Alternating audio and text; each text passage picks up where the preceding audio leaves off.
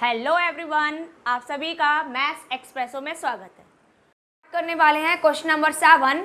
इसमें आपको एक ट्रिग्नोमेट्रिक रेशियो गिवन है और क्या दे रखा है कि कॉट थीटा है आपका 7/8 और यहाँ पर आपको इसके लिए 2 डिफरेंट पार्ट्स का आंसर सिंप्लीफाई करना है। तो पहले आपने लिखा है कि गिवन वैल्यू क्या है। तो यहाँ पर जो भी आपको ट्रिग्नोमेट्रिक टर्म गिवन है it is cot theta is equal to 7/8 और आपको फाइंड करना है the values of 1 plus sine theta into 1 minus sine theta upon 1 plus cos theta into 1 minus cos theta. ये तो आपको निकालना है फर्स्ट पार्ट में और इसी तरह से सेकंड पार्ट में आपको सिंप्लीफाई करना है the value of cot square theta. तो इनकी वैल्यूज हम कैसे निकालें। तो सबसे पहले आप देखो कॉट थीटा गिवन है। अगर आपको फर्स्ट पार्ट सॉल्व करना है तो आपको sine theta and cos theta की वैल्यू मालूम होनी चाहिए। तो हम क्या करते हैं, पहले हम ये कंपेयर करते हैं कि कॉट थीटा जो है आपका वो आपका किस 2 पर्टिकुलर साइड्स का रेशियो होता है। तो यहाँ पर आपको ये पता है कि कॉट थीटा क्या होता है, बेस अपॉन परपेंडिकुलर। तो उससे कंपेयर करेंगे, कंपैरिजन करके 2 साइड्स मालूम होगी। पाइथागोरस थ्योरम से हम थर्ड साइड निकालेंगे और उसके बाद में हम स्टार्ट करेंगे फर्स्ट पार्ट। तो चलिए स्टार्ट करते हैं सॉल्यूशन। आपको गिवन था since cot theta is equal to 7/8 and cot theta जो रेशियो होता है वो इक्वल होता है आपका बेस अपॉन परपेंडिकुलर। ठीक है, तो आपने इससे कंपैरिजन किया, that's why we get that is base upon perpendicular is equal to 7/8।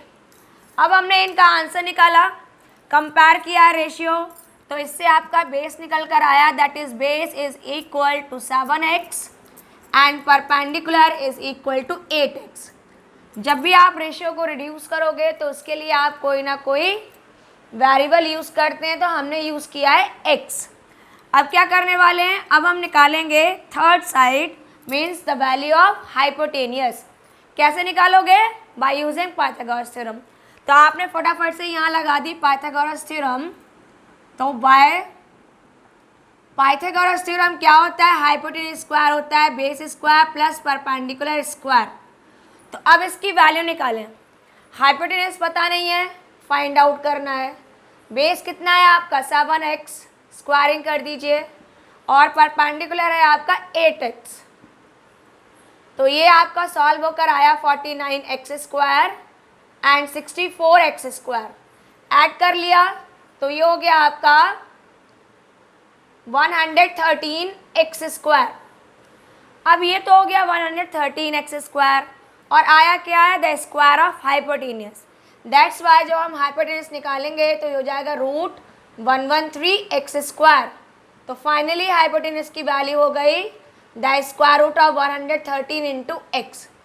अब यहाँ पे 113 आपका कैसा नंबर है, आप जब इसके फैक्टर करेंगे 113 के कोई फैक्टर नहीं हो रहे हैं और ना ही इसका हम स्क्वायर रूट निकाल पाएंगे।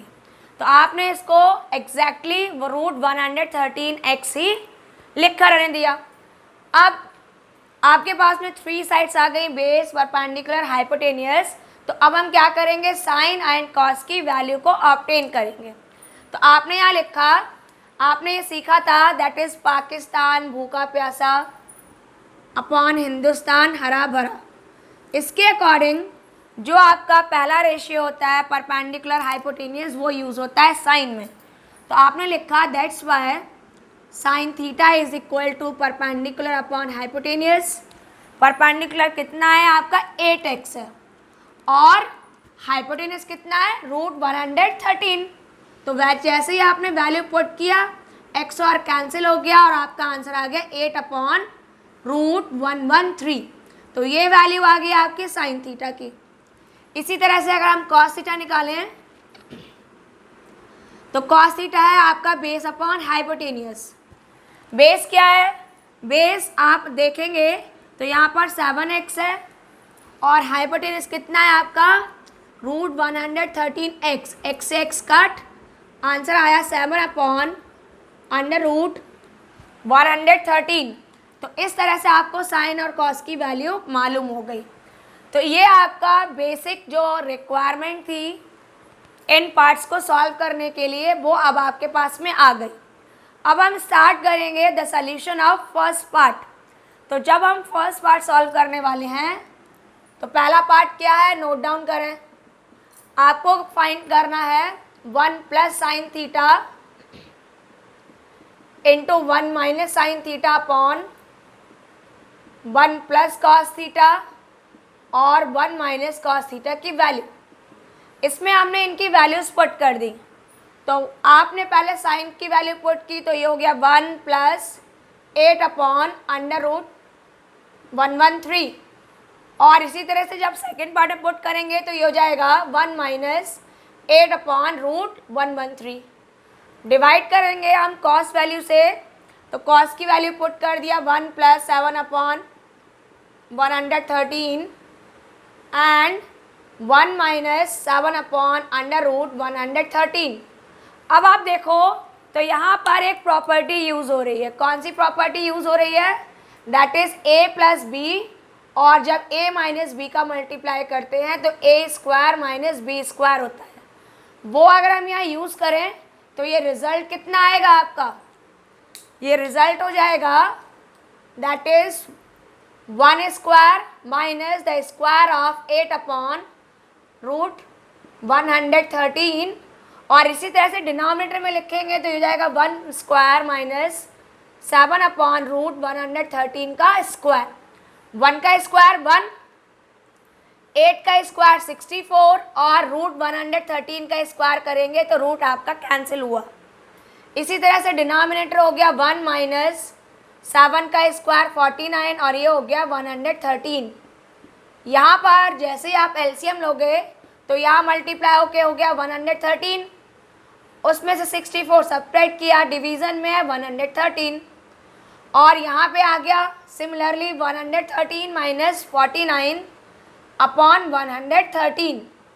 अब देखिए डिनोमिनेटर दोनों का सेम है, दोनों का डिनोमिनेटर से डिनोमिनेटर कैंसिल हो गया। यहाँ रिमेनिंग बचा 113 माइनस 64 और 113 माइनस 49। तो ये आपका सॉल्व होकर आया, सब्ट्रैक्ट करेंगे ये बचेगा 49 और ये हो गया आपका 64। तो आपका जो ये रिज़ल्ट निकल कर आया है यही है आपके फर्स्ट पार्ट का आंसर।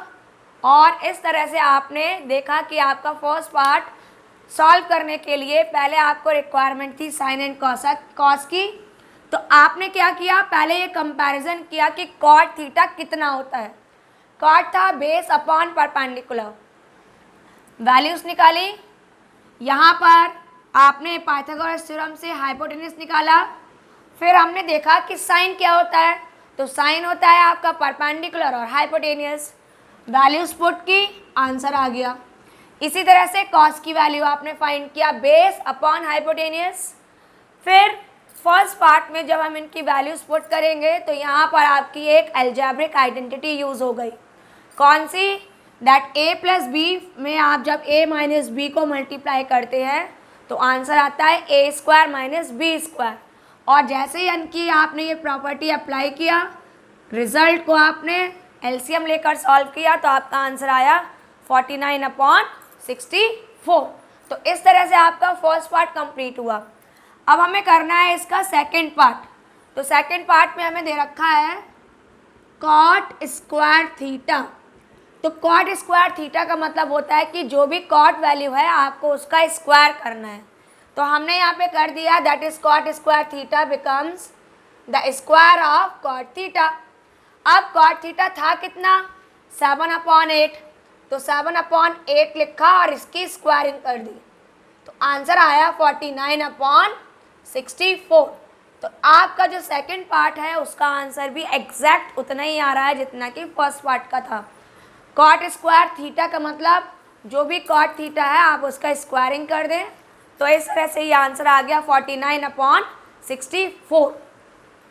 तो ये आपने देखा कि आपने एक ट्रिग्नोमेट्रिक रेशियो से दो रिजल्ट्स निकाल के बताए और कैसे इसको कंपैरिजन करके वैल्यूज़ निकाल कर आप कोई भी ट्रिग्नोमेट्रिक रेशियो निकाल सकते थे।